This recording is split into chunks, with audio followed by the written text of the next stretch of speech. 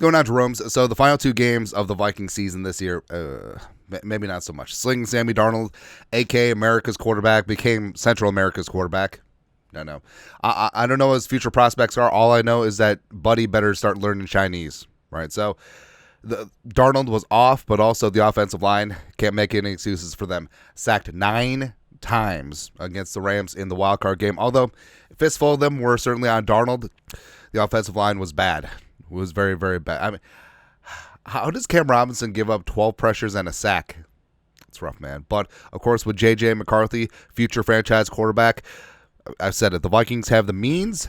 They have the opportunity to build an FU world-class offensive line in front of J.J. McCarthy and let the kid work. Oh, yeah, by the way, if you do that, the running game is going to get so much better. You're going to be able to protect J.J. McCarthy, that play-action principles that Kevin O'Connell loves. Woo! It's going to be great. And also, hearsay too.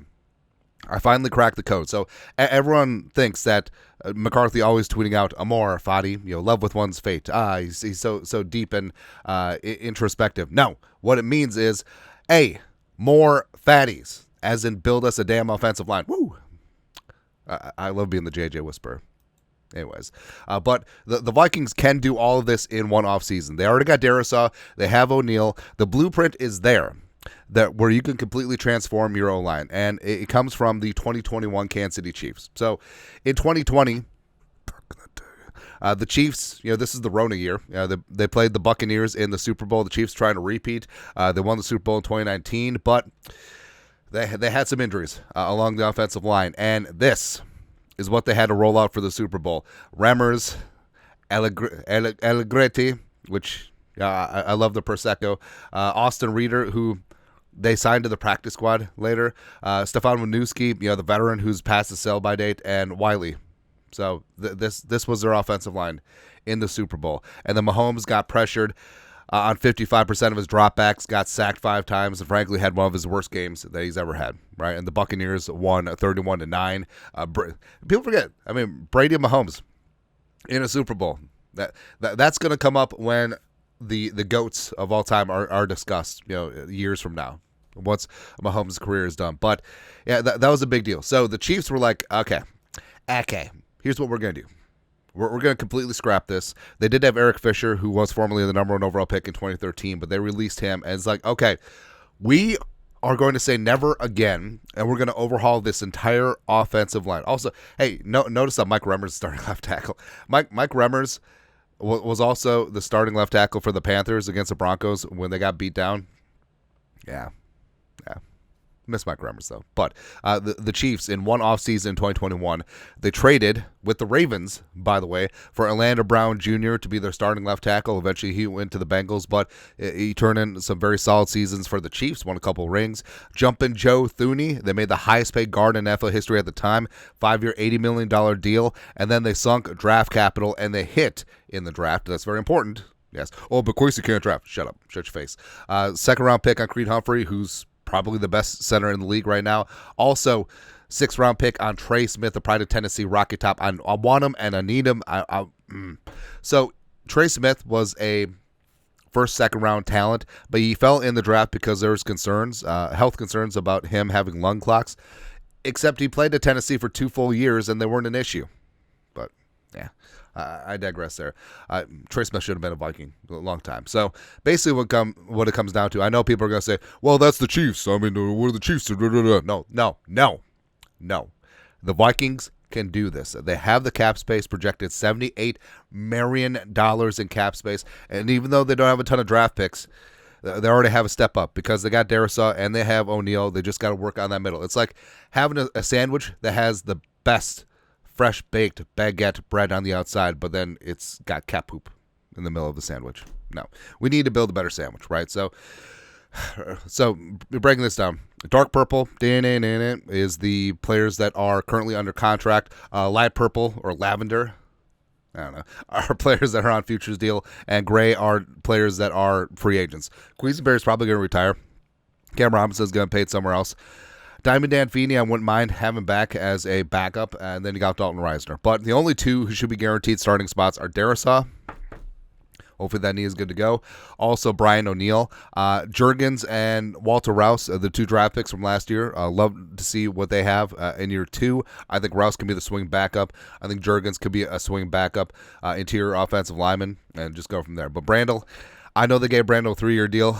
He got progressively worse throughout the season. Bradbury's heading into a contract year. The Vikings can move on from him. No muss, no fuss. And Ed Ingram, no. So everything has to be up in the air. And Kwesi knows. Like, Kwesi knows that he has to be aggressive, because the whole thing about having J.J. McCarthy is, first you buy the Haas, then you buy the insurance. You already got your blindside left tackle. Now get that interior offensive line fixed, and they're going to have many options in free agency.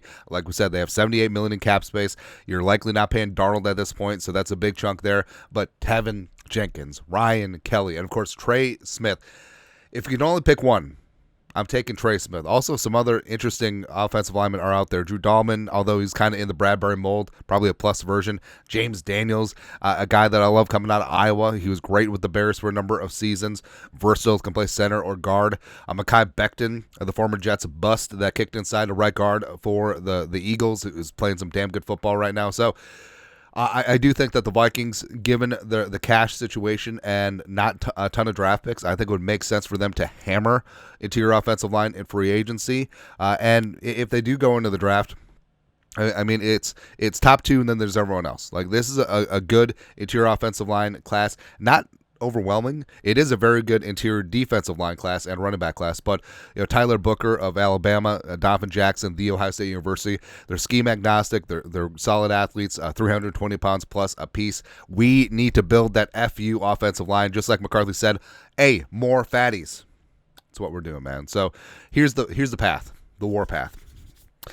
And what's great too is this isn't like an all-in situation, although I will say they should and could be all in on Trey Smith. Like, Trey Smith is going to be an all-pro on his next contract, and he definitely needs to be in purple. That's what needs to happen. So sign Trey Smith or Tevin Jenkins, or sign them both. I do not care at this point. Sign James Daniels or Ryan Kelly. Kelly, a little bit older, is going to be 32 next season, but he's still a rock, and also you got that instant leader in the middle. And James Daniels, like I said, James Daniels, before he got injured, he popped his Achilles, which is unfortunate with the Steelers this year. He was playing all-pro level ball at guard for the Steelers, but I honestly think that center is his best position. So that could work out there. And then, in the first round, 24, drafting Tyler Booker, drafting Donovan Jackson, you can certainly do that. Or just go all in on free agency, just sign 3 dudes. Don't really care. But just think of it. Just think about this. So, Darisaw, Tyler Booker or Jackson, James Daniels or Ryan Kelly, Trey Smith, and Brian O'Neill. That is full on an FU offensive line, which I would love. I think J.J. McCarthy would love it as well. But like I said, the Chiefs are the blueprint for a myriad of reasons. Oh, but the Chiefs are the Chiefs. Now, any team can do this. They have the means. They have an opportunity. The Vikings have the cap space. They can go after things. And, yeah, there are other needs. Yes, defensive line. Yes, cornerback. Yes, blah, blah, blah. But if your offensive line isn't good to go, nothing else on this team is going to work. And that's what it comes down to. And I'm sick and tired of the penny ante, hey, draft this guy, hopefully he'll be good. Hey, blah, blah, blah, blah, hopefully he'll be good. It's been 10 years since the Vikings have had a solid offensive line. Get it fixed. Fix it once and for all and set J.J. McCarthy up for success. And also be able to run the damn ball on 3rd and 1, 4th and 1, as well as in the frickin' red zone. Just pathetic. No, fix it. You have the money. Fix it. That's all. But your thoughts are thoughts. How to fix a Vikings offensive line in one offseason. Follow the blueprint that the 2021 Chiefs laid down. Let us know your thoughts, our thoughts, comment section. You guys are the best. You know what to do. Skull, production value.